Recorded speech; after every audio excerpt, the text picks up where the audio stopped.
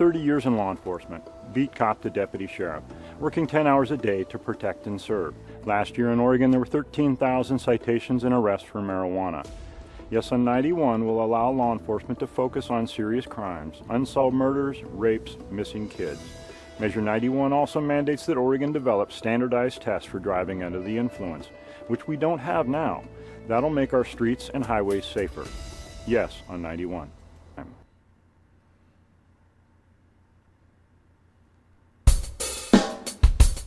You take a seed, you plant it, you grow it, you dry it, you roll it, you smoke it, and it goes down smooth. Hey! Spanning the continent to bring you the truth about cannabis and marijuana law reform. I smoke pot and I like it a lot. The Russ Belville Show, the voice of the marijuana nation.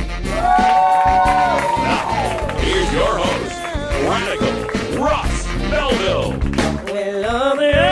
Good day, tokers and tokettes and non-toking lovers of liberty. It is Monday, October 27th, 2014, and it's got to be 420 somewhere in the world, and just 8 days away until we legalize marijuana in Washington, Alaska, and Oregon, Alaska, and Washington, D.C. I was going to go with Washington, D.C. first, messed up the whole thing. Let's try that again. Just 8 days away until we legalize marijuana in Oregon, Alaska, and Washington, D.C., until we legalize medical marijuana in Florida and Guam, and until we bring you Marijuana Election Night 2014, Tuesday, November 4th, starting at 3 p.m. Pacific Time, right here at 420radio.org. We'll be coming to you live from Measure 91 headquarters here in Portland, Oregon, where we are seeking to become the third U.S. state to legalize marijuana. It's going to be a beautiful thing. Make sure you join us on Tuesday, November 4th, 3 p.m. Pacific Time. We'll be here until the final polls close in Alaska, so it's going to be a long night. We've got reporters who'll be joining us from all across the country as well, giving us their live take on what's happening in their state, their county, or their city as they vote on marijuana reforms. A couple of other reforms you may not know about. There's one in Washington state that would vote to overturn a law that exempts marijuana from being taxed like an agricultural product. That's right. In Washington state, marijuana apparently is not agricultural. Well, you can change that in Washington if you vote on this measure. Learn more at Washington Normal, WANormal.org. Also in California, they've got a Measure 47, Proposition 47, something like that, but it's 47. I know that. And that is a defelonization bill. That is to remove any possible felonies for people that are just possessing drugs. So check that one out. More information at Drug Policy Alliance, drugpolicy.org. All right, on today's show, for our Radical Rant at the end of the show, we've got a great series of videos that I made over the weekend.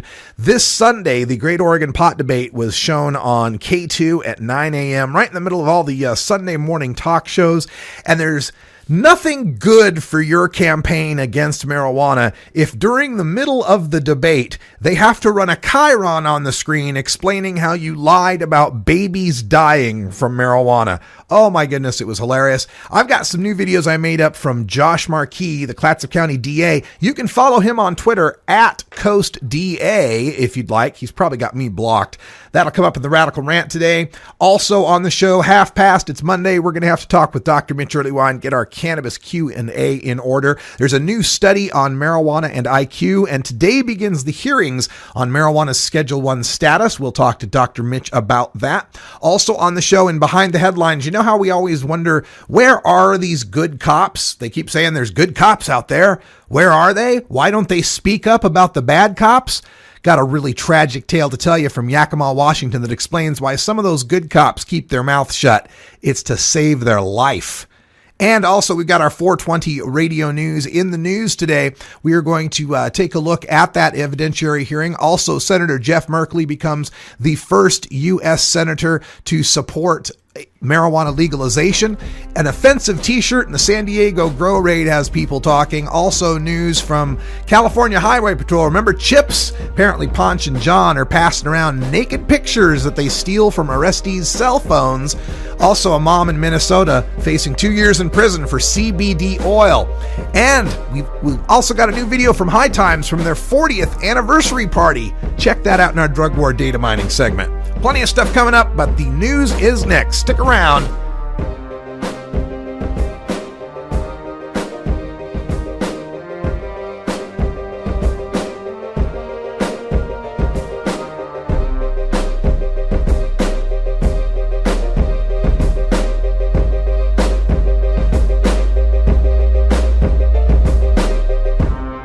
You're tuned into the Russ Belville Show, the voice of the marijuana nation.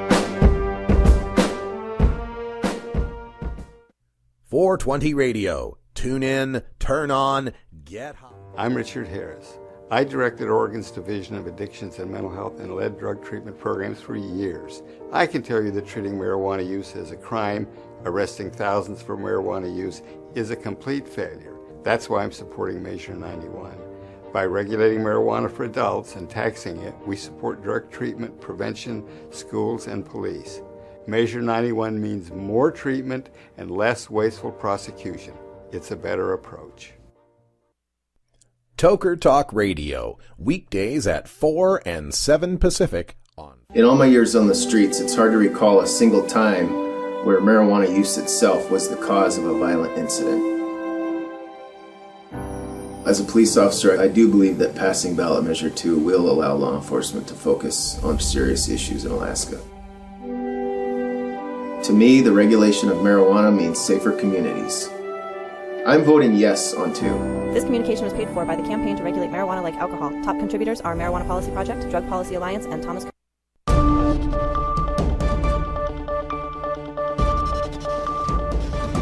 It's time for the 420 Radio News, covering the latest headlines in consumer cannabis, medical marijuana, and industrial hemp. Transcripts of 420 Radio News are available daily on our website at 420radio.org. Now, here's Russ Belville with your marijuana headlines in 4 minutes and 20 seconds. This is your 420 Radio News for Monday, October 27th, 2014. U.S. District Judge Kimberly Mueller begins an evidentiary hearing today and over the next 3 days on the basis of marijuana's Schedule I designation over prosecutors' objections. In an April 22nd order, she said lawyers for the defendants had presented expert declarations, quote, showing there is new scientific and medical information raising contested issues of fact regarding whether the continued inclusion of marijuana as a Schedule I controlled substance passes constitutional muster, end quote. Judge Mueller issued the order in a case that, based on the evidence so far, has little to do with medical marijuana. The defendants are charged with growing a large tract of pot plants on forest land, and there's been no indication that it was for medical use. But defense attorney Xenia Gilg from the Normal Legal Committee said that's irrelevant if they were charged under an unconstitutional law. As Gilg acknowledges, it will not be an easy case to win. She and her colleagues must prove not merely that the federal law is misguided based on current research, but that it is entirely irrational. An initial ruling would apply only to the current defendants, but the impacts could be broader if higher courts weighed in. U.S. Senator Jeff Merkley plans to vote for Measure 91, which would legalize marijuana for recreational use in Oregon, making him the first U.S. senator to support legalization. Quote, I lean in support of it, end quote, the Democratic senator told Sahil Kapoor of Talking Points Memo.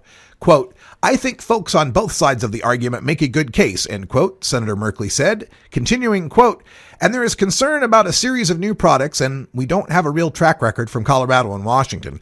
But I feel on balance that we spend a lot of money on our criminal justice system in the wrong places, and I lean in favor of this ballot measure, end quote. A t-shirt reading, Fuck the Growers, Marijuana is Still Illegal, worn by cops during a raid of San Diego dispensaries, has sheriffs and DEA fuming. San Diego's Narcotics Task Force conducted a marijuana raid in Imperial Beach on Wednesday, and during the operation, a photojournalist spotted an agent wearing a t-shirt with the following writing on the back, quote, Marijuana Eradication in San Diego, California, Fuck the Growers, Marijuana is Still Illegal, end quote. A representative with the San Diego branch of the Drug Enforcement Administration said, quote, DEA does not condone the shirt and we find it inappropriate. The matter has been referred to the Sheriff's Department, end quote. In response to the issue, San Diego County Sheriff Bill Gore said, quote, this shirt is not approved or condoned by the Sheriff's Department. Its message is vulgar and not representative of who we are and the values we uphold. Appropriate administrative action will be taken, end quote. On Friday, Mercury News obtained court documents showing that collecting nude photos from the phones of arrested women was a game for Officer Sean Harrington and other California Highway Patrol officers. According to the arrest affidavit, quote, Harrington said he first learned of this scheme when he was working in the Los Angeles office. Harrington said when he was assigned to the Dublin office, he learned from other officers that they would access the cell phones of female arrestees and look for nude photographs of them. Harrington said if photographs were located, the officers would then text the photographs to other sworn members of the office and to non-CHP individuals. Harrington described this scheme as a game, end quote. In one text message exchange between Harrington and another officer, Harrington promised to send the officer nudes and said, quote, just return the favor down the road, buddy, end quote, with a smiley face. Minnesota mom Angela Brown is facing 2 years in prison for child endangerment charges stemming from giving her son CBD oil from Colorado before Minnesota legalized it. When Angela's son Trey was hit in the head during a baseball game, he was placed in a medically induced coma. Following his awakening, Trey suffers depression, daily migraines, muscle spasms, and uncontrollable outbursts. Angela drove to Colorado and obtained a bottle of CBD-rich cannabis oil. Angela said after a few drops, Trey's pain melted away. But the oil was confiscated by police after Angela explained to Trey's teachers why he was suddenly doing so much better in school. The sheriff's department confiscated the oil and county prosecutors charged Angela with child endangerment requiring child protection. If convicted, she could face 2 years in prison and $6,000 in fines. This has been your 420 Radio News for Monday, October 27th, 2014. I'm Russ Belville. 420 Radio, the world's voice of marijuana legalization. Measure 91 means regulating and legalizing marijuana for adults, freeing up time and generating revenue so police can better protect us from serious, violent, and unsolved crimes. The system needs changing. Yes, on 91, it's about time. My name is Richard William Riggs. I'm a judge in Oregon. In 1998, I was elected to the Oregon Supreme Court, where I served until October of 2006. I've been asked to give my views about the new approach to marijuana initiative that is going to be before the voters very soon, and I'm happy to do so. I've read the measure, and I'm going to vote for it. And the reason I'm going to vote for it is because I think that it's inevitable that marijuana is coming to Oregon in one form or another.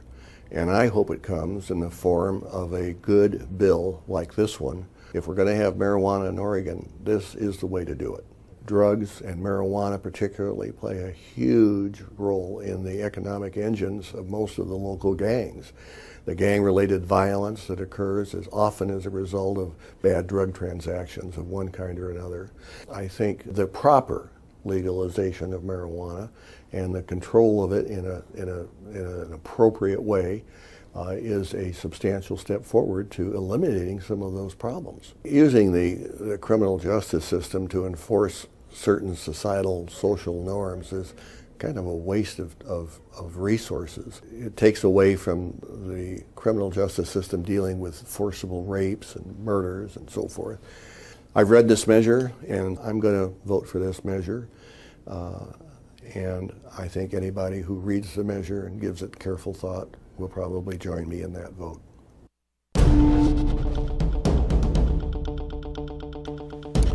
Welcome back, everyone. 14 after the hour. Time for us to go behind the headlines. And today we're taking a look at a story that I've picked up from the freethoughtproject.com. thefreethoughtproject.com. Good cop could go to jail after reporting misconduct in his department. You know, oftentimes we tell these tales of these bad cops, not just within the war on drugs, but even the recent events in Ferguson, Missouri, and other incidences where overwhelming lethal force is used and so forth. There's so many of these tales of cops that are stealing drug money and taking drugs and selling them and doing terrible things that we always ask, where are these good cops? And we always seem to have this disclaimer, not all cops are that way, just bad apples. Where are the good cops? Well, folks, this story tells you why, if there are good cops in a department, they're oftentimes better off keeping their mouth shut if they don't want to die. In this story, we have the tale of Yakima police officer Adam Bassford, and he was pursuing this armed suspect, Antonio Cardenas. He's a recently paroled felon who is suspected of aggravated assault with a firearm. and caught this guy as he was trying to hop the fence, but didn't pull his firearm. The cop did not pull his firearm. Adam Bosford did not pull his firearm because there was a young girl nearby and a bunch of bystanders. Didn't want to start pulling off rounds with a bunch of bystanders around. So he's grappling with this Antonio Cardenas, who's about 6 inches taller, about 60 pounds heavier, working this guy. Now, fortunately, Basford, the cop, had martial arts training, was able to subdue him, and took him down with a rear naked choke to subdue the guy, because he called for backup, and none of the other cops that were in the area would come to his aid. One cop actually came to his aid, saw Basford, looked him in the eyes, made eye contact, and turned and ran away. That was Officer Booker Ward, who turned and ran away. There were 2 other Yakima police officers on bicycle patrol nearby. Basford said, quote, "They heard me get shot. They heard me scream for assistance. They were just 2 blocks away, but they were 15 minutes from the end of their shift, and they went back to the station instead of coming to my aid." Basford would find out later the bike patrol officers, quote, "didn't think the overtime would be approved," end quote. Now, that seems pretty scary, right? It seems pretty bad. These cops wouldn't come to his aid because of overtime, or because maybe the first cop that saw what was going on with the bigger guy wrestling him was scared and afraid. Basford actually did get shot in the leg, grazed in the leg, when the Cardenas went for Basford's firearm, and they were struggling with the gun, and it went off, and it shot the cop in the leg, right? But what this story shows, as you read more in this story, you find out that Officer Basford was actually a good cop who had reported misconduct in his department. He'd actually called some of his own fellow officers out and reported them for some of their misconduct in the field where they were abusing suspects. From that day forward, Bosford never, ever got any backup when he called for it. Not just this event where he was struggling with the armed assailant who could have killed him, when 2 bike officers wouldn't come in because they wouldn't get overtime and the other guy just saw it and ran away. But every time he'd ever called for backup in any situation, for some reason, everybody was always busy on patrol. Nobody was ever available, because Basford crossed the thin blue line. Basford went and told on members of his own tribe, his own gang, he was a snitch. And that's what the good cops, when they say the guys on the streets, they talk about the gangs, they just say the police is just another gang. They got it right. It seems like that morality has passed on to the police as well. Snitches get stitches, right? That's the way our police work. And that's why the good cops won't speak out. That's why the good cops, who know that this drug war is not just a failure, but a tragedy on our society here, that it's eroding the respect that citizens have for law enforcement and continuing to corrupt and enable and empower the bad cops among them. Boy, these good cops become a dying breed, literally. And now, as this situation goes on, this police officer, Basford, is being prosecuted for going after Cardenas with the rear naked choke and having possibly threatened him after the event when it appeared the guy was going for something that was stored in his pants.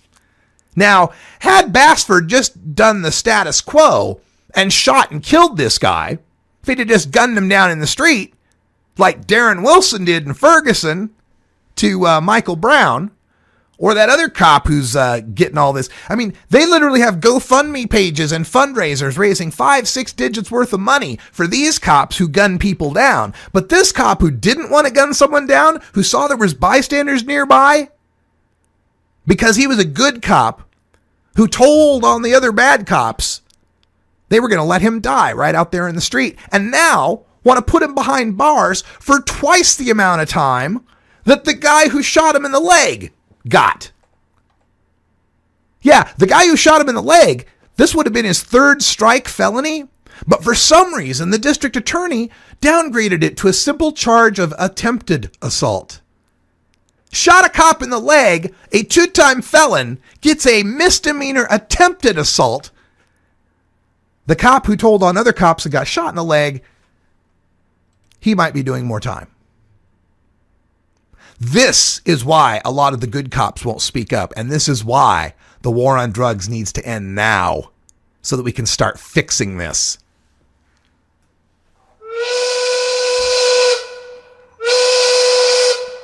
Oh, gnarly! Not so gnarly, Mr. Spicoli. Not so gnarly at all. It's 420 in Denver, Colorado. Hope you guys are having a good 420 wherever you are. 320 here in Portland. When we come back, we've got the High Times 40th anniversary party. I understand Susan Sarandon was there. I've got this thing for buxom redheads. Plus a bonus video from Josh Marquis when we return.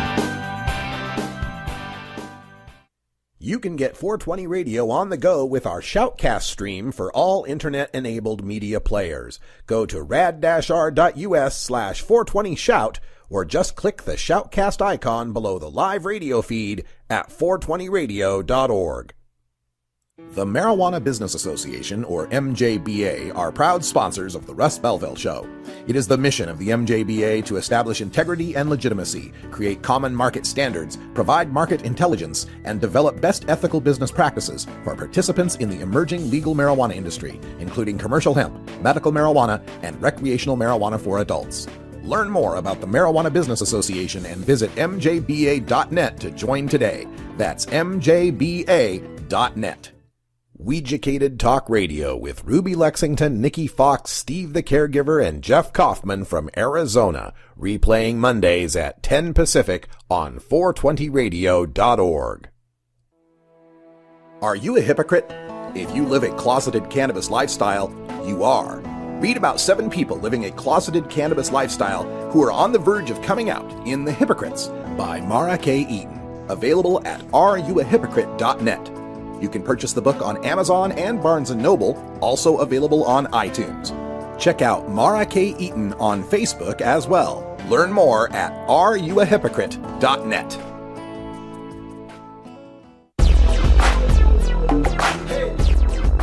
For over 4 decades, High Times magazine has been the chronicle of the underground marijuana culture. Now as marijuana goes mainstream, High Times is stronger than ever, running the best-selling magazine, their high-traffic website, and producing 5 U.S. cannabis cups and 1 international cannabis cup per year. Check out the latest news from High Times in our High Times preview. What's up, Stonerverse? Bobby Black here, coming to you from the DL Club here in New York City, where we are celebrating the amazing anniversary, 40 years of High Times Magazine. This is an amazing, epic party. We have celebrities, we have staff, past and present, and we are at the forefront of marijuana legalization. So let's go check out this party. It's going to be banging.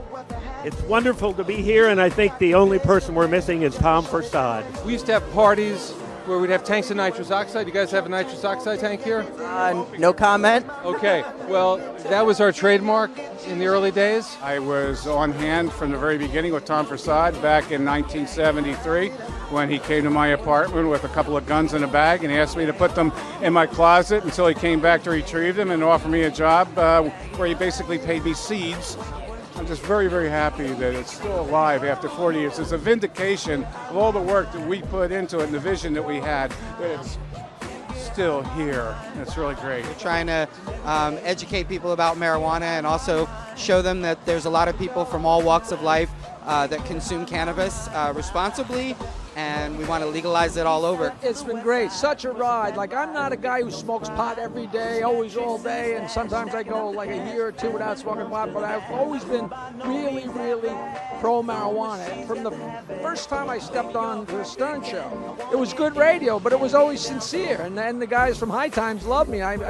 One of my favorite things in the world was a 2-page spread they did on me in my garden. Compared to what we were doing, now, mind you, when we were doing what we were doing, we didn't know if it was legal. When you took photographs, we didn't know if that was evidence against you. Nobody had ever done that before. It was honest. You know, you're pro-pot, and they thought I was crazy, but now we're not crazy. We've got 23 states and a District of Columbia where patients can legally smoke marijuana. We've got 2 states where adults can legally buy it and grow it and smoke it. It's perfectly legal.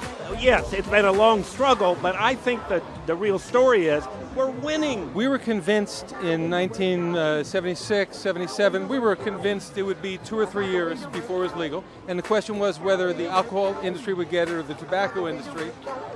Then came Nancy Reagan and a few other things. What I'm really glad about is that the big industries are not involved and that it's other people scrambling for it. It's exciting to see what has happened. You are our first recipient of the Courage in Media Award for your actions to legalize cannabis, for what you've done for the movement in Alaska and nationwide, for your courage to stand up for your beliefs. We salute you. Hopefully this wakes other people up. Hopefully we all take a stand. If you're in a position to make a difference, stop standing on the sidelines. Talk to people.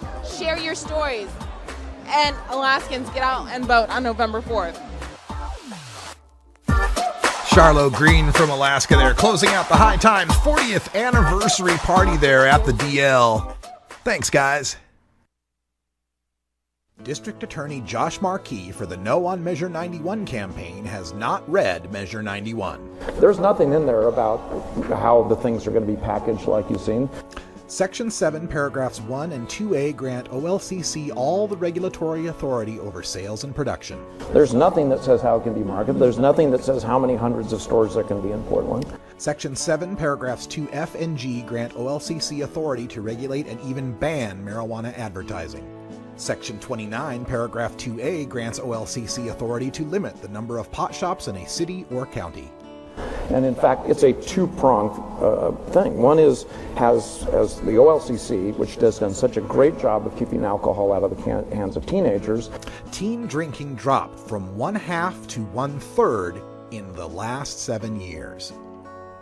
We'll regulate marijuana for commercial sale, but then completely unregulated and untaxed, people will be able to have 8 ounces of marijuana, which is about 400 joints. Section 6, paragraph 1 only allows 8 ounces of marijuana in the home if one is growing 4 plants. We actually rolled it to find out. A pound of edibles, an ounce of hash oil, 72 ounces of cannabis liquid, which I never even heard of, and each household can grow 4 plants. Oregon has the same public possession, edibles, and liquid limits as Washington, and lower home possession and hash oil limits than Colorado. Measure 91 has taken the best from Colorado and Washington laws and improved them. Learn the facts. Vote yes on Measure 91. This advertisement produced by the Russ Belville Show and is not sponsored or endorsed by the Yes on Measure 91 campaign. You can get 420 Radio on the go with the TuneIn Radio app for all mobile platforms. Go to rad-r.us/420tunein or just click the TuneIn Radio icon below the live radio feed on. Treating marijuana as a crime in Oregon has failed. Police are spending way too much time working on simple marijuana possession cases. Too many people are being busted. Oregon wastes millions of taxpayer dollars while illegal drug dealers are making a huge untaxed profit. But after Measure 91 passes, we'll have a better approach, a smarter approach, like what's happening in Washington, where marijuana-related arrests have plummeted. Oregon police will be able to refocus their precious and limited resources on serious crime, and Oregon's Measure 91 can save and generate millions of dollars. Oregon needs a better approach to marijuana. Vote yes on Measure 91. Paid for by Yes on 91. This November, whether you see the words medical marijuana on your ballot or not, the issue is there. From the halls of Congress to your state capitol or city hall, politicians are already making decisions on medical marijuana policy on your behalf. This election, make sure they are representing you. Every vote is a vote for medical marijuana.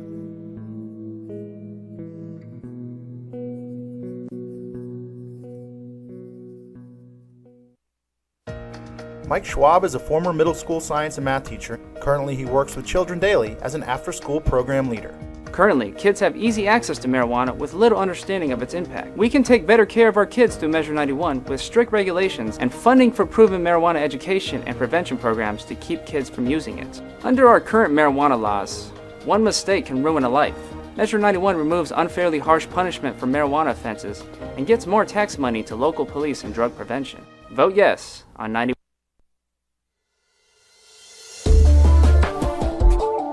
It's time for the Russ Belville Show's Cannabis Q&A with Dr. Mitch Earlywine. Dr. Earlywine is a professor of psychology at the State University of New York at Albany and a leading author and researcher on cannabinoids and health, who pins the Ask Dr. Mitch column for High Times magazine. Get your questions ready in our live chat or call in to 971-533-7111 now. Welcome back, everybody. Half past, and we've got Dr. Mitch on the line. Welcome back, Dr. Mitch.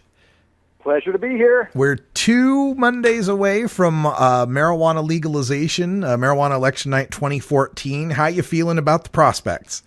Cautiously optimistic, more so for some than others, but I honestly would rather be the Pollyanna and say they're all going to pass. Oh, yeah. Yay.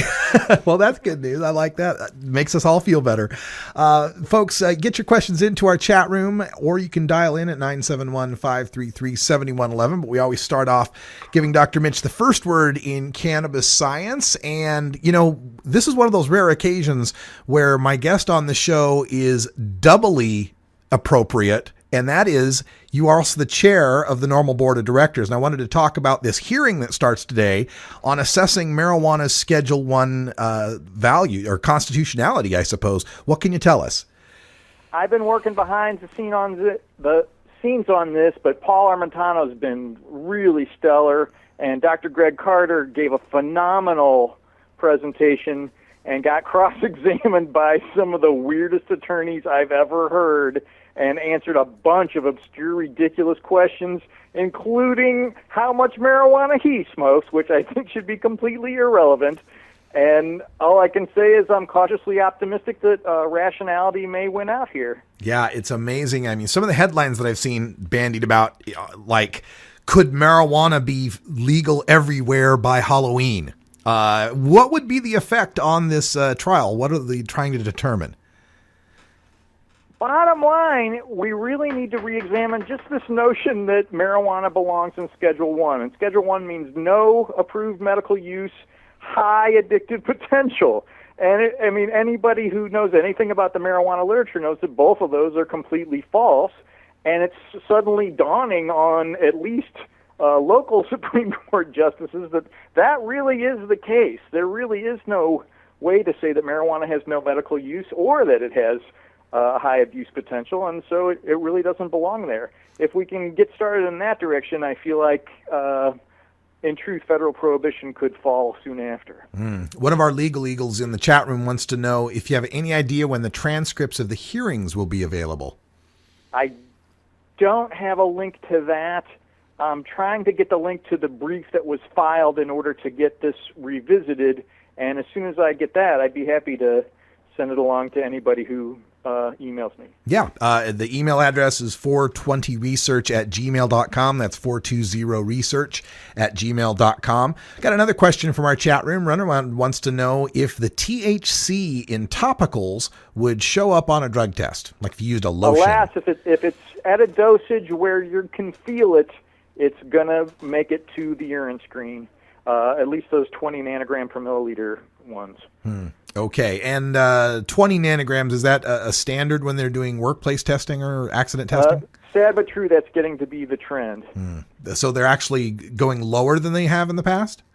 Unfortunately, that 50 nanogram per milliliter, which I think is also kind of ridiculous, has basically lost out. There's a bunch of drug testing companies that are actually pushing for that lower threshold, I think in part so they'll find more positives and make it seem like they're doing something. Yeah. How odd that the employers would be reducing their threshold when all of the athletic commissions are raising theirs. Even the NFL raised it to 35.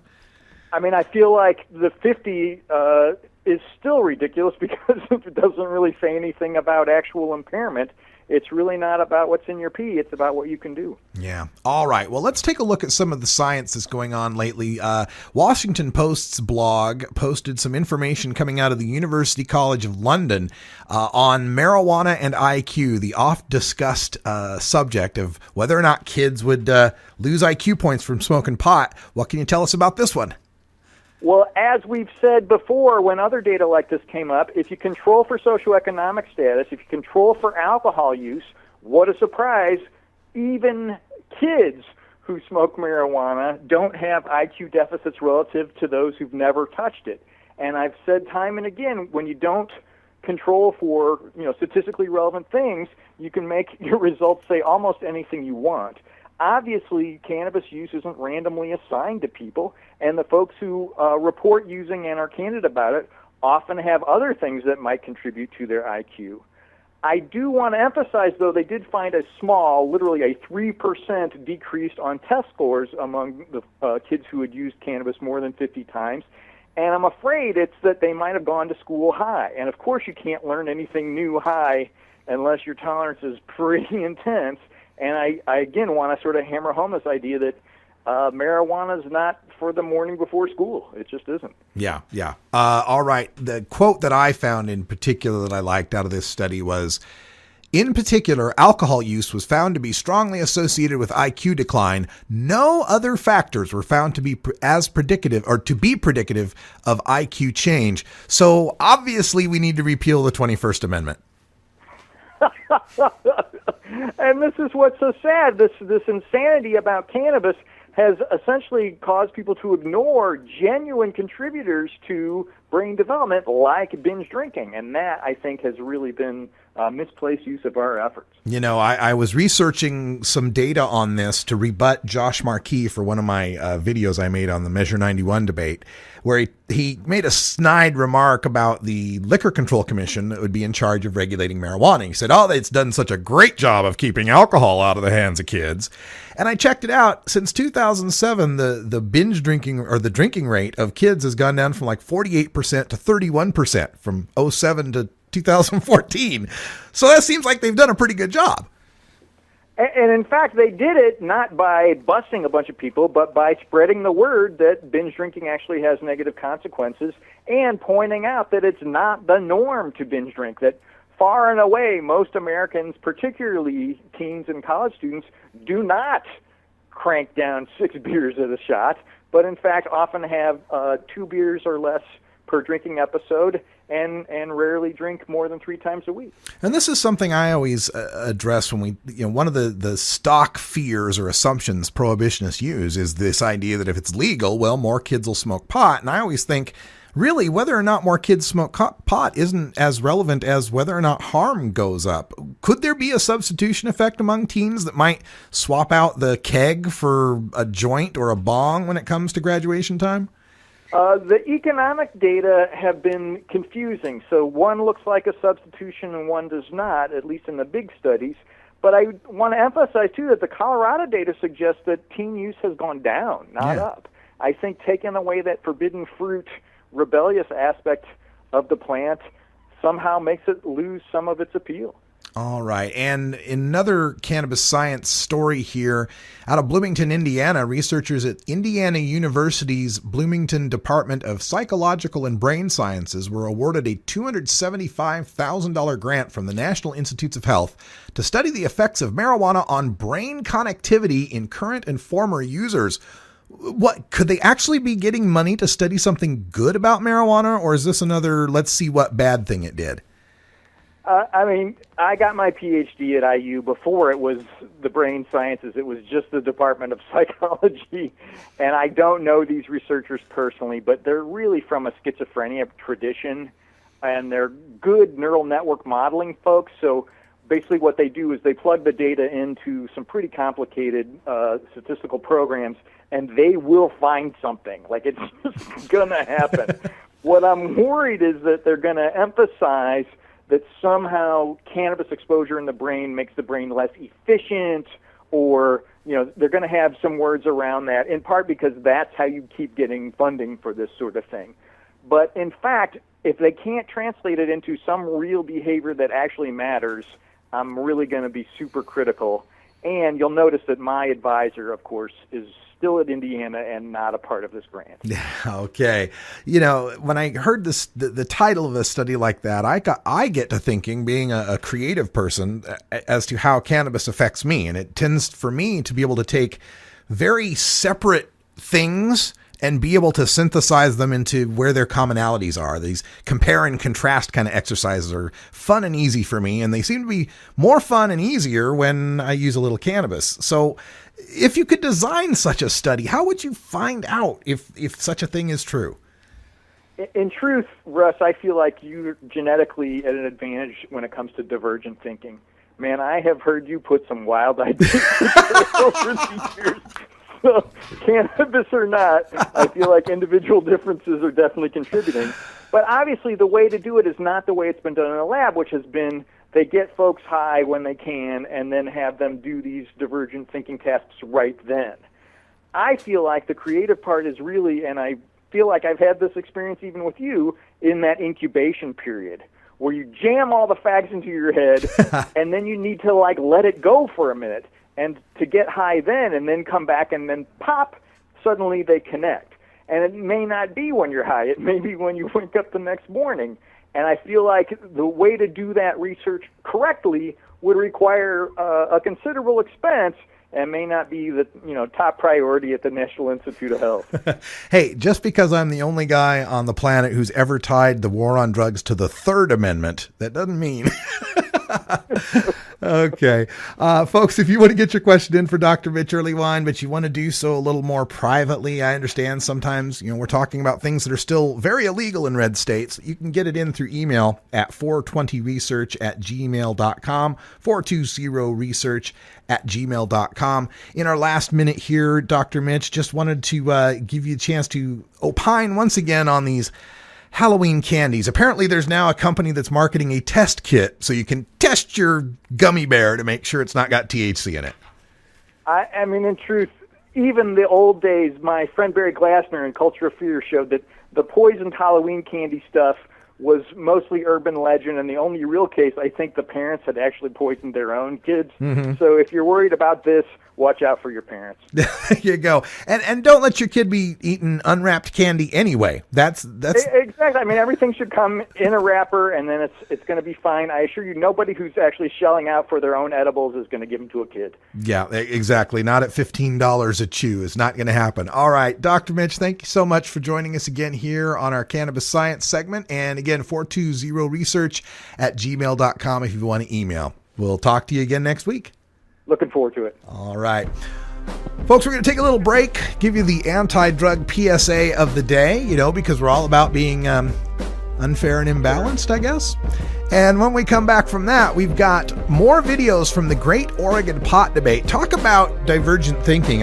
Just the other night, I realized that at the beginning of the debate, he was making fun of the prosecutor for being a prosecutor last in the 80s.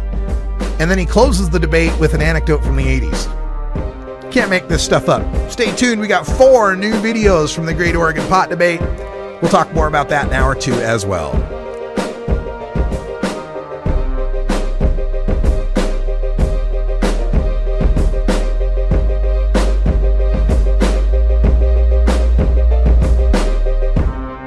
You're tuned into the Russ Belville Show, the voice of the marijuana nation.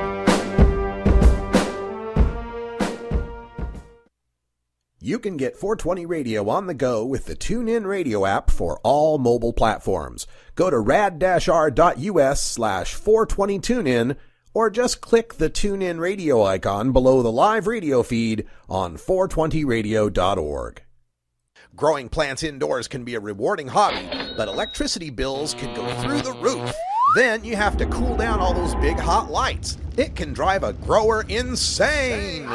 With Lush LED lighting, you can solve many of these issues and double your rewards. Matt and his scientists have developed the perfect light for flowering plants with far less cost and heat. And the results? Very effective. Check out LushLEDlighting.com right now and tell them Radical Russ sent you.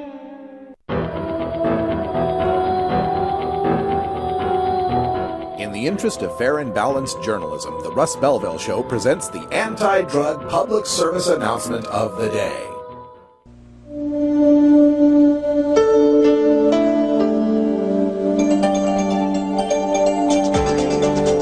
This is the brain activity of a normal 14-year-old.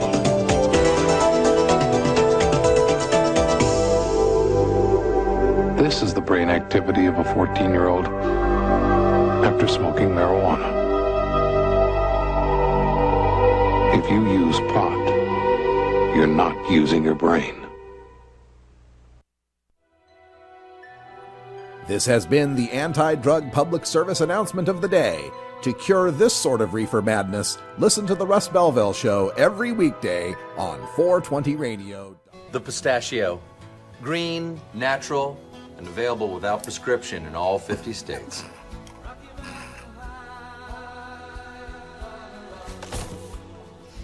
He's fine.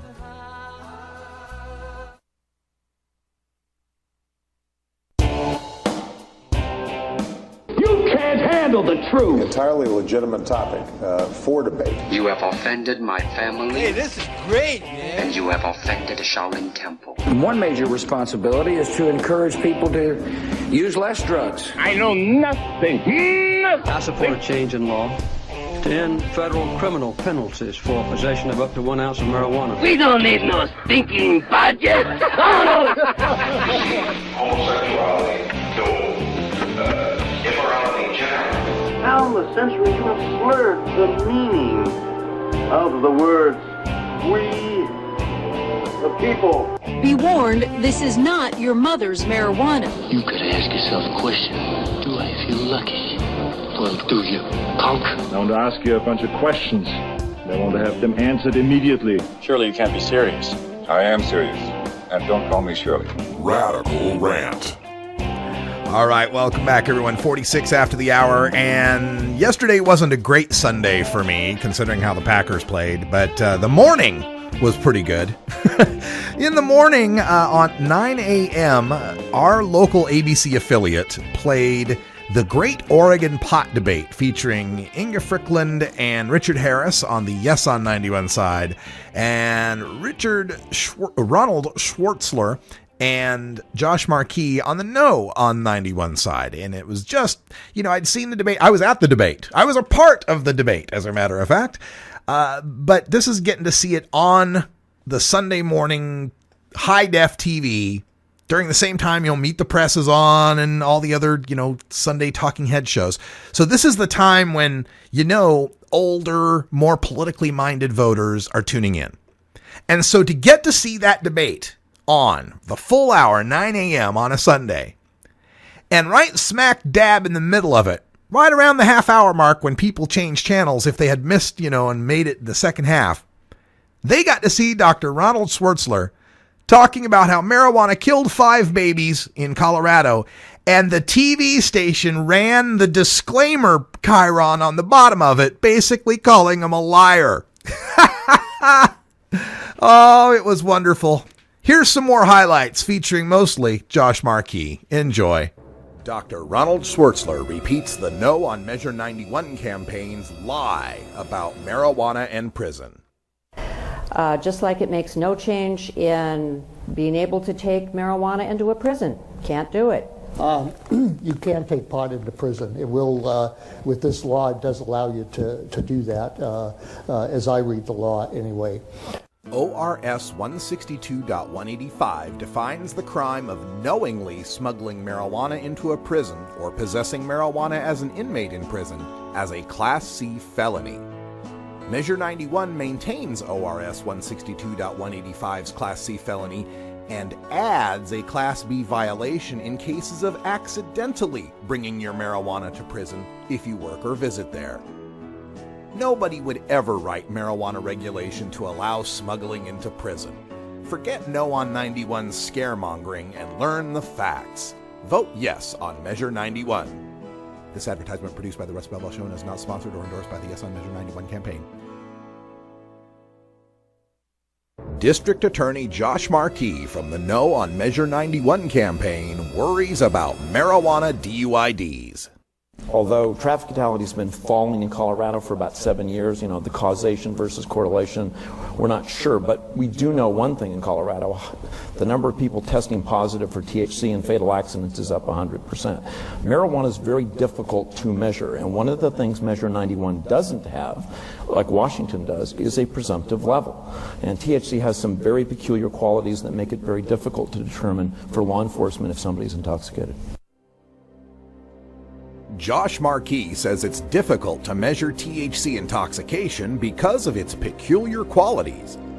Then he complains that Measure 91 doesn't have a presumptive limit for measuring THC intoxication. Yet on March 21st, Marquis won a DUID conviction against a 19-year-old man with no active THC in his system, who Marquis himself said, quote, "In fairness, I can't say this guy was entirely under the influence of marijuana," end quote.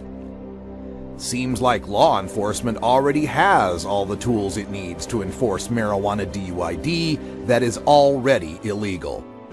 Oregon has had tens of thousands of medical marijuana patients for over a decade now. If marijuana was going to affect road safety, we'd have seen it by now. Yet Oregon's traffic fatality rate is equal to Colorado's.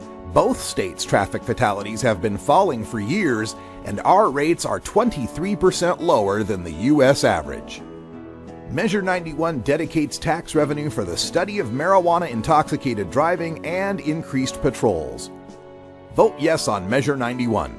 It's a sensible approach. This advertisement produced by the Russ Belville Show and is not sponsored or endorsed by the Yes on Measure 91 campaign.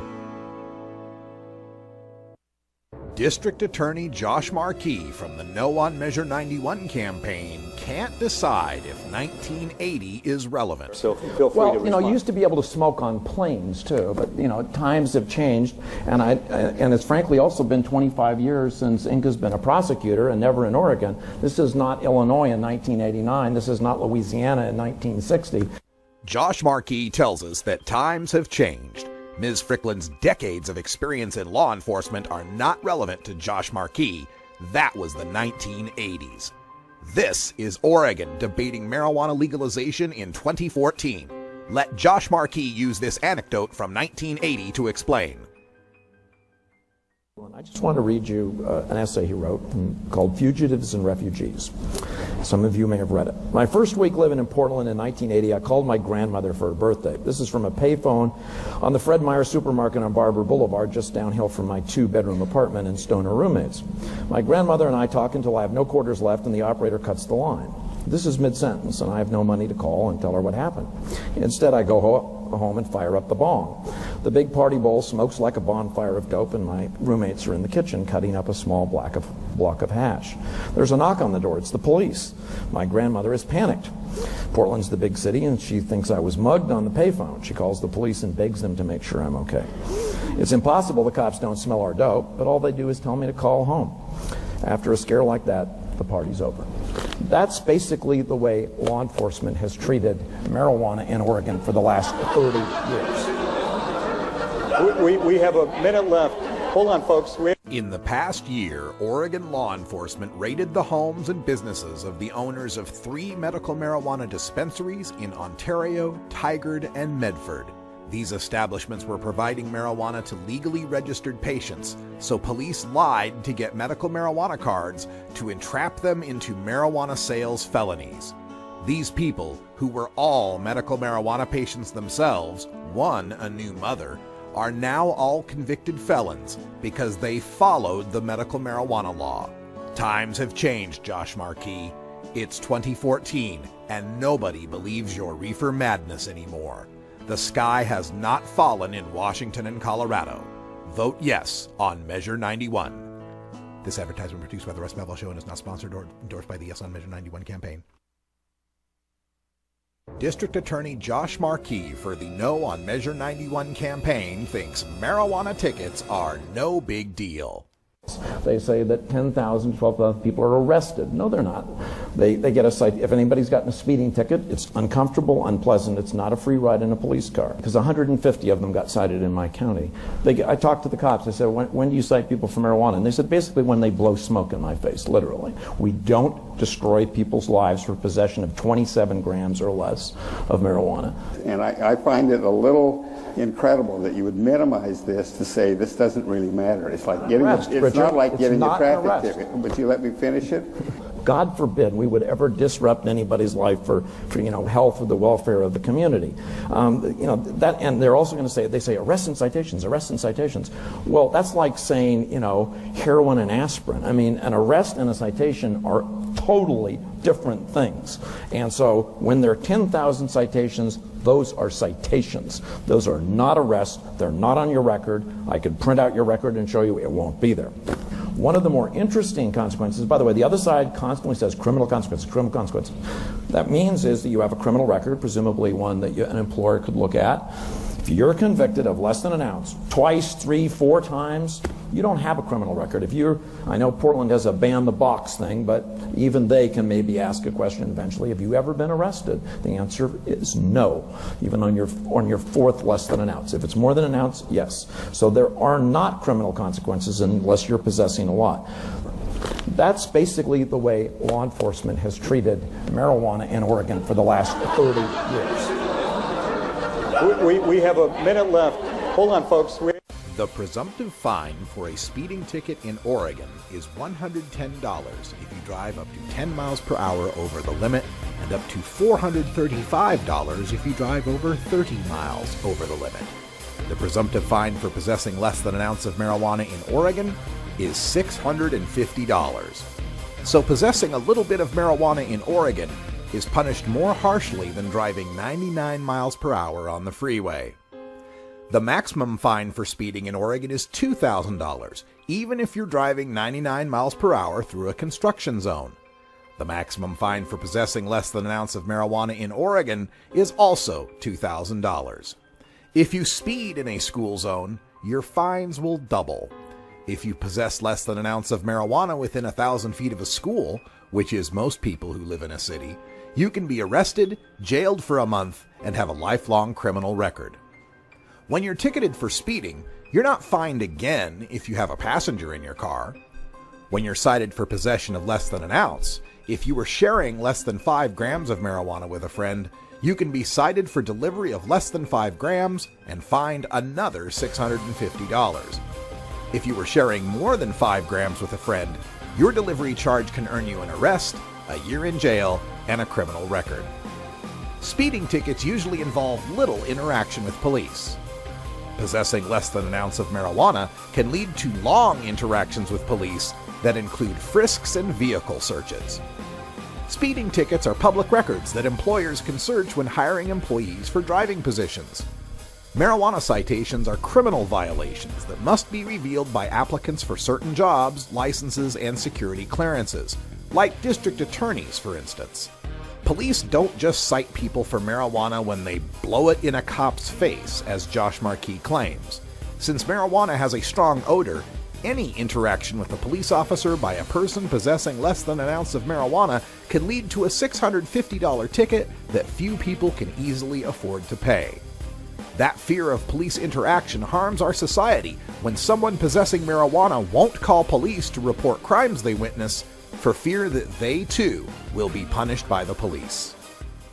We ticket speeding to discourage people from recklessly harming other drivers. Ticketing marijuana possession isn't discouraging anyone from smoking marijuana. But 10,000 marijuana tickets a year does cost police and processing time, and it puts undue financial burden on responsible adults who are not harming anyone. And the 10,000 who got a ticket for a small amount of marijuana got it from the 3,000 who were arrested for growing or selling a large amount of marijuana. It's time for a better approach that handles responsible adult marijuana consumption with regulation, not police. Learn the facts. Vote yes on Measure 91. This advertisement produced by the Russ Belville Show and is not sponsored or endorsed by the Yes on Measure 91 campaign. So there you have it, my latest videos in the No on 91 collection. You can find them. There's, I think, 13 of them now. at my YouTube channel, youtube.com/RadicalRuss. Look for the No on 91 campaign playlist if you want to get them all. And as I make new ones, I think I got a couple more I can make. You can get those in the playlist as well. That's all the time we got for Hour 1, but stay tuned for Hour 2, Toker Talk Radio. We're going to talk more about Good Cop, Bad Cop. Also, a little bit more about Josh Marquis' performance. Oh, it was beautiful. Loved it. You know, put on your medical expert who says babies die from marijuana, your DA who punts on legal questions, and your campaign head who wrote 8 out of 12 of the No on 91 ballot statements. That's all the time we got. Thanks for joining us. Until next time, take care of each other, Tokers. This is the Russ Belville Show. The Russ Belville Show is blogging and podcasting daily at RadicalRuss.com. You take a seed, you plant it, you grow it, you dry it, you roll it, you smoke it. You take a seed, you plant it, you grow it, you dry it, you roll it, you smoke it. You take a seed, you plant it, you grow it, you dry it, you roll it, you smoke it, and it goes. I'm Paul Steigletter. I spent 30 years in law enforcement, beat cop to death.